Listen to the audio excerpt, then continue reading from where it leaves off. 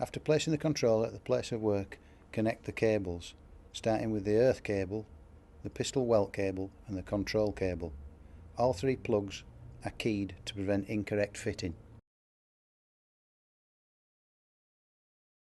Switch on the controller and adjust to the required voltage for the stud to be welded. This can be found in the operating manual.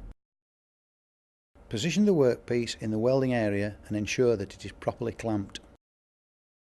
Fit the stud into the appropriate chuck and position using the threaded adjuster. Chuck setting can be found in the manual. Press the chuck firmly home into the pistol and lock into position using the key provided. Hand pressure is sufficient. Set the pistol spring pressure using the rear adjuster. Place the stud at the position to be welded and press firmly down on the pistol, ensuring it is perpendicular to the workpiece. Pull the trigger. Pull the pistol cleanly off the welded stud and reload.